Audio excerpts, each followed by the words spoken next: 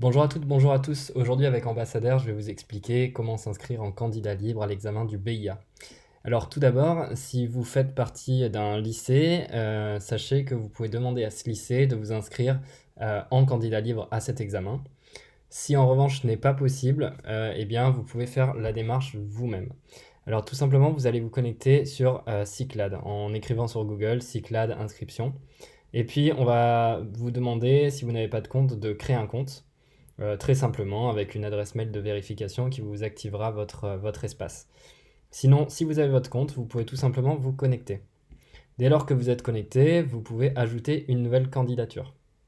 Très simplement, vous cliquez sur Examen et vous vous rendez sur le brevet d'initiation aéronautique.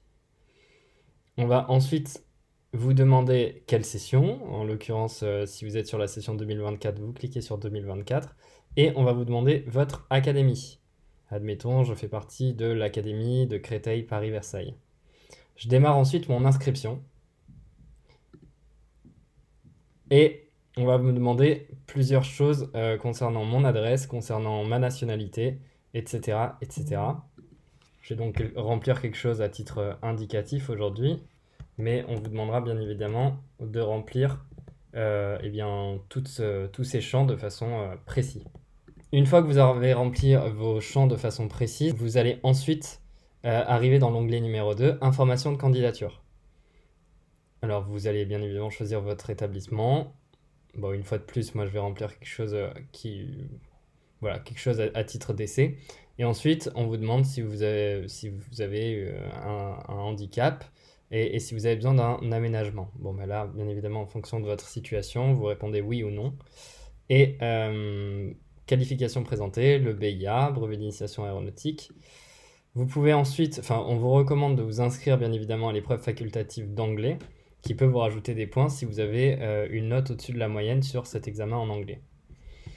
Et ensuite, vous avez donc un récapitulatif de votre inscription. Si tout est correct, vous pouvez cliquer sur Enregistrer.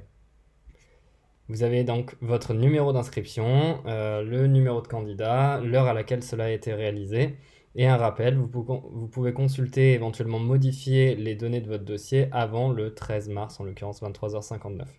Dès lors que tout est vérifié, vous pouvez ensuite vous rendre sur Visualiser et imprimer. Vous aurez donc votre récapitulatif d'inscription sous format PDF. Je vous recommande de bien évidemment vous assurer que tout est bien correct. Une fois que vous avez réalisé votre demande d'inscription, vous vous apercevez qu'il y a également une rubrique Mes documents, Mes justificatifs, Mes notes, qui est aussi présente dans l'onglet, comme on peut voir ici sur la gauche. Vous allez très simplement aller sur Mes documents. Vous verrez donc deux documents, le récapitulatif de votre candidature et la demande de pièces justificatives. Pour ce qui est du récapitulatif de candidature, comme vous pouvez voir ici, on va vous demander de le signer, donc signature du candidat et du représentant légal si le candidat est mineur, avec une petite précision, les dates butoirs qui sont présentes ici, ainsi que l'explicatif de la pièce d'identité qu'il faut également envoyer au recto verso, faisant apparaître le nom de naissance.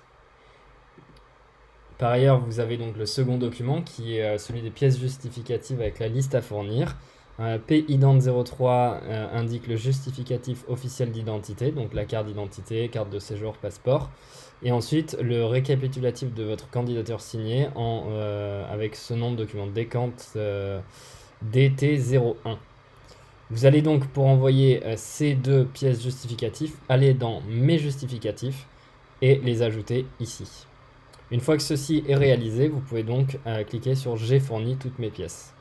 Merci beaucoup. Si vous avez une autre question concernant votre inscription auprès de l'examen du BIA, n'hésitez pas à nous contacter sur info@ambassadeur.fr. Merci.